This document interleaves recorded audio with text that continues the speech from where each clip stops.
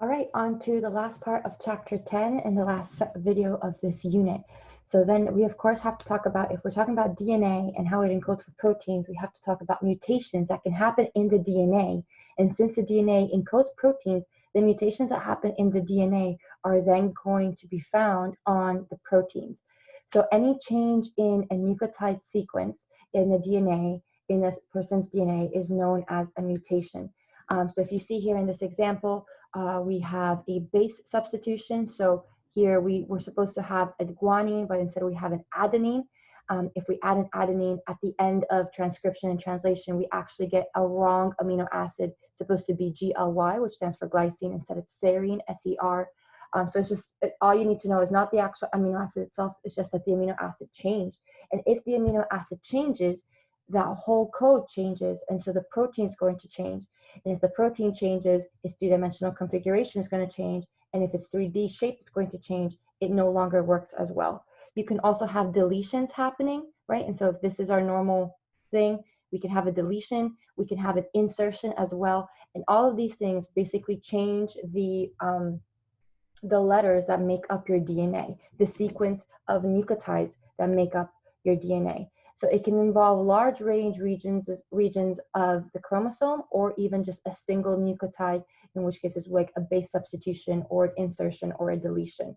So mutations are basically divided into these general two categories: substitutions, insertions, or deletions.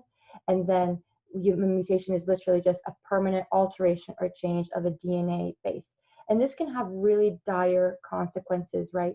For example, here we have the normal DNA in a person that has normal hemoglobin. So hemoglobin is a protein in our red blood cells that attaches to oxygen.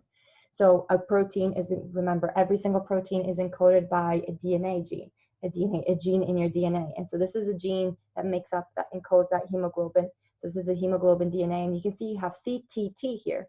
And this CTT is then going to be transcribed into GAA for mRNA. And then this codon, remember how in mRNA to go to protein, you need to read it by every triplets, every 3 nucleotides, so that codon.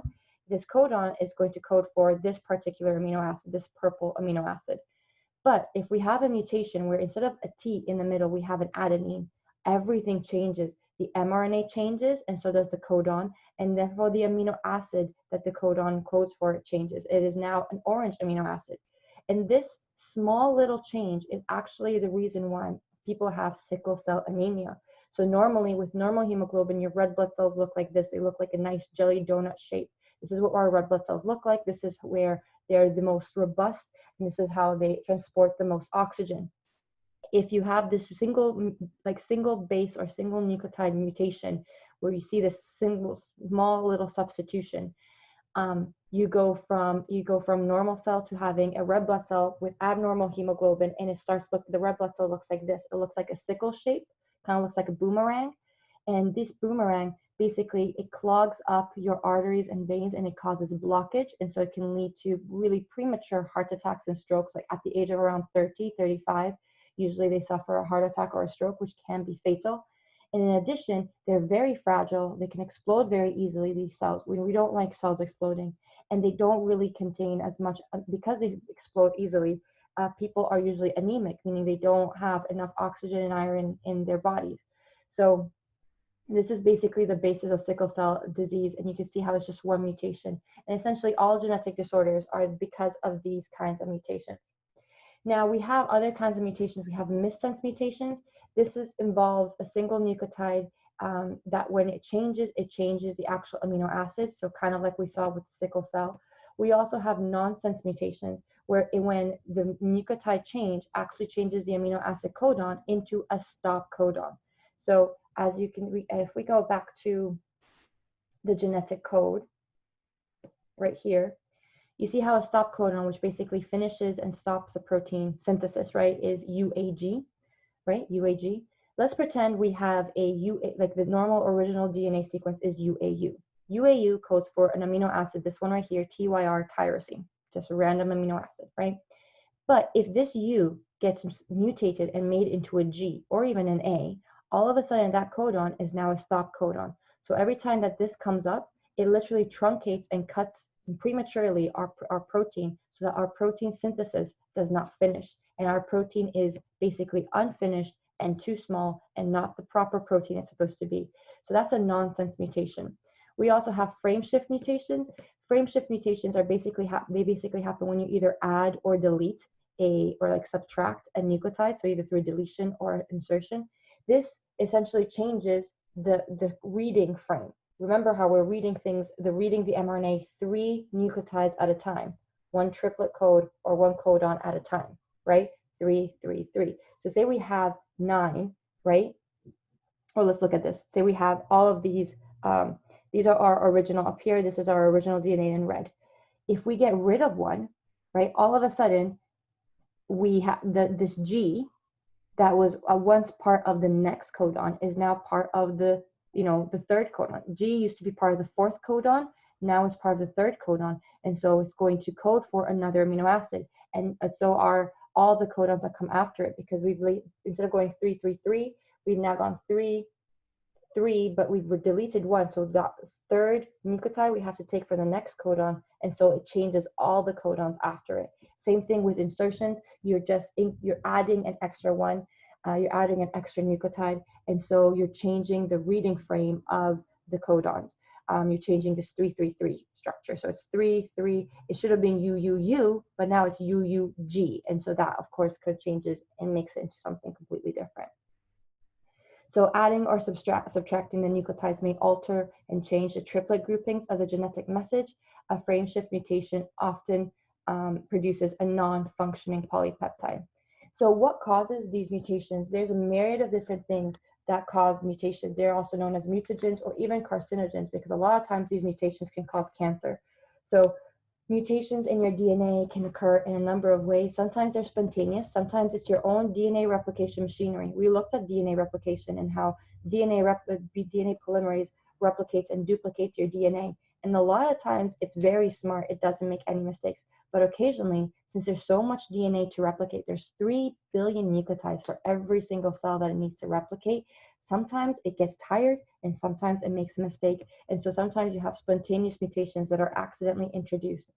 A lot of most of the times, our mutations actually come from an outside source, from the environment that we expose ourselves to. So these are, this is when, sorry.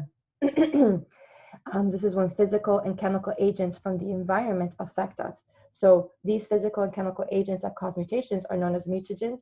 These include things like UV radiation from the sun, X-rays, different chemicals that we get from cigarette smoke, from preserved meats like hot dogs, from even barbecuing, that charred, tasty grill-like taste that you get from the grill is actually mutagenic.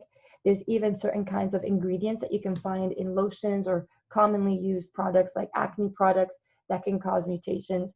And then there's even things like viruses that can cause mutations. So the human papilloma virus can usually cause things like can mutate your DNA, so you can get things like cervical cancer.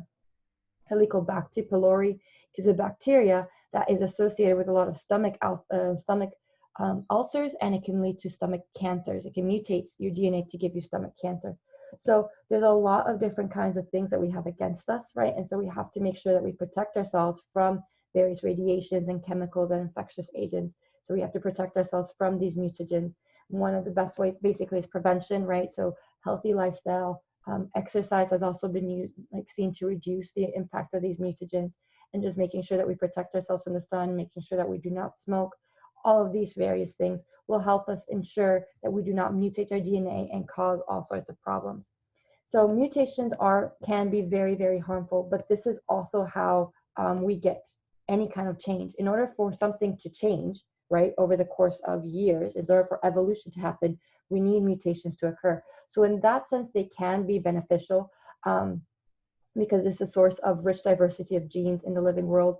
In order for a fish to have more than one color, it needs to have a mutation, right? It needs to have a mutation for the blue, it needs to have a mutation for red, et cetera, et cetera. And so all of these kind of mutations, the accumulation of all these mutations can come together and make different organisms or make different kinds of adaptations for organisms.